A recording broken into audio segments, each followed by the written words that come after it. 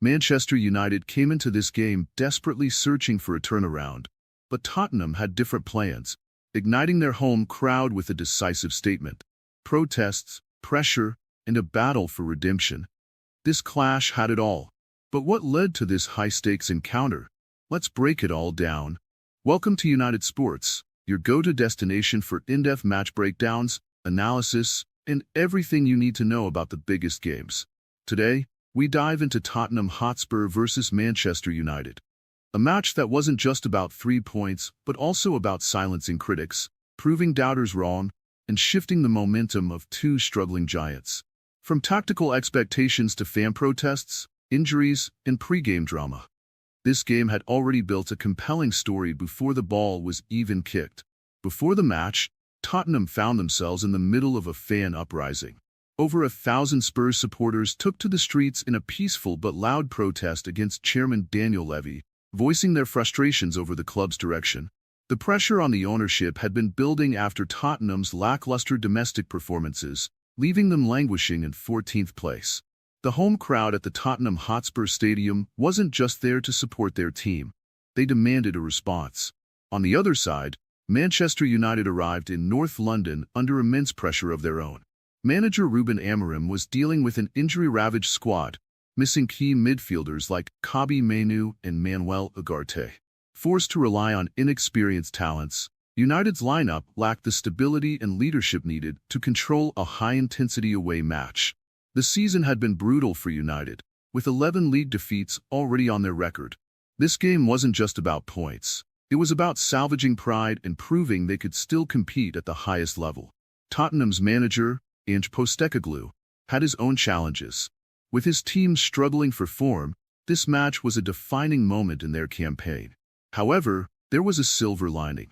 The return of two key players, goalkeeper Guillermo Vicario and playmaker James Maddison. Their presence would prove crucial, but before kickoff, no one knew just how decisive their impact would be. Maddison, in particular, had faced criticism in recent weeks, but he was about to deliver a performance that silenced his doubters in the best way possible. Tactically, the game promised an intriguing battle.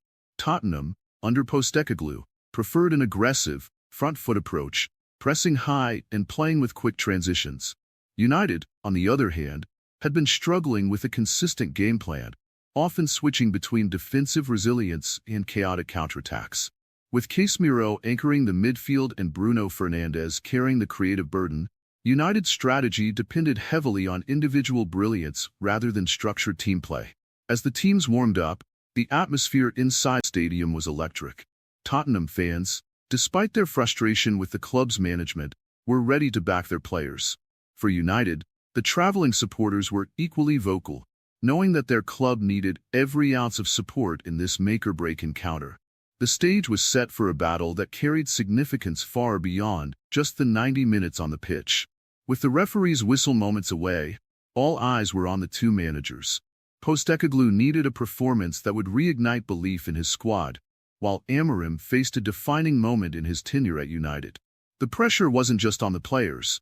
It was on the tactical minds behind the scenes, the coaches who had to outthink each other in a game dictated by fine margins.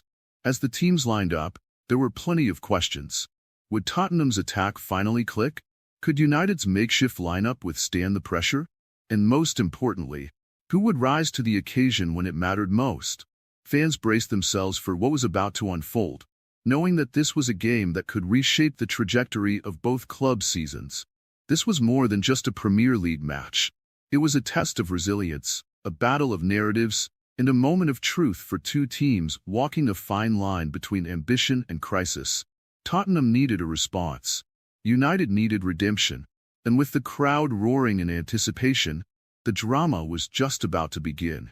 Stay tuned as we break down every key moment from the opening whistle to the final kick in our detailed match analysis in Part 2. You won't want to miss this. Full match breakdown, key moments and analysis. As the referee blew the whistle, Manchester United started the game with urgency, knowing they needed to take control early. Within the opening 10 minutes, United's Rasmus Højlund found himself in a prime position to put his team ahead. A well-worked move saw him receive the ball inside the penalty area, but Tottenham's returning goalkeeper, Guillermo Vicario, made a brilliant reflex save to deny him. That moment set the tone for the game. United were willing to attack, but Tottenham had answers. Tottenham quickly responded, and their pressure paid off in the 13th minute. Lucas Bergvall unleashed a shot from the edge of the box, forcing a deflection that left United's defense scrambling. The ball fell perfectly for James Maddison, who reacted first and slotted it past Andre Onana. The Tottenham Hotspur Stadium erupted, not just in celebration, but in relief. This was their first home league goal since November, and it was Maddison, a player under intense scrutiny, who delivered when it mattered. United attempted to respond immediately, pushing forward through Bruno Fernandes and Alejandro Garnacho. Fernandes orchestrated attacks from midfield, trying to unlock Tottenham's defense with clever passes, but the home side's backline stood firm. Garnacho had a golden opportunity to level the score when he was played through on goal, but his shot lacked precision, sailing wide of Vicario's post. The frustration on the faces of United's players was evident. They were creating chances but failing to capitalize. As the first half progressed, Tottenham continued to control the tempo. Mathys Tel tested Onana at the near post with a sharp strike, while Maddison and Kulusevski combined well on the wings, causing problems for United's fullbacks. The visitors struggled to gain meaningful possession in midfield, with Casemiro looking isolated and unable to dictate play as he usually does. The absence of Kobbie Mainoo and Manuel Ugarte was beginning to show, as United lacked the physicality to compete with Tottenham's aggressive pressing. The halftime whistle blew with Tottenham leading 1-0. United had their moments, but their finishing let them down. Postecoglou, on the other hand, would have been pleased with his team's discipline and structure. As the players walked off, there was a sense that the second half would demand a response from United, where they risked yet another defeat in a season filled with disappointments. The second half began with United making a tactical shift. Ruben Amorim instructed his players to press higher up the pitch, forcing Tottenham into hurried passes. This change nearly paid off when Garnacho intercepted a loose ball and surged into the box. But once again, Vicario came to Tottenham's rescue, diving low to block the shot. It was becoming clear that the Italian goalkeeper was having one of his best performances of the season. Despite United's increased intensity, Tottenham remained composed. They slowed the game down when needed, frustrating United with controlled possession. Yves Bissouma and Pape Matar dominated the midfield battles, winning crucial duels and preventing Fernandes from finding his rhythm. Whenever United tried to build momentum, Tottenham's well-drilled defense stood firm, clearing their lines effectively. As the game entered its final 20 minutes, Amorim made substitutions in an attempt to change the game. Young talents were introduced, including Jack Fletcher, son of United legend Darren Fletcher. But Tottenham adjusted well, bringing on fresh legs of their own to maintain energy levels. The experience of players like Pierre-Emile Højbjerg helped Spurs manage the closing stages, ensuring they didn't lose their defensive shape.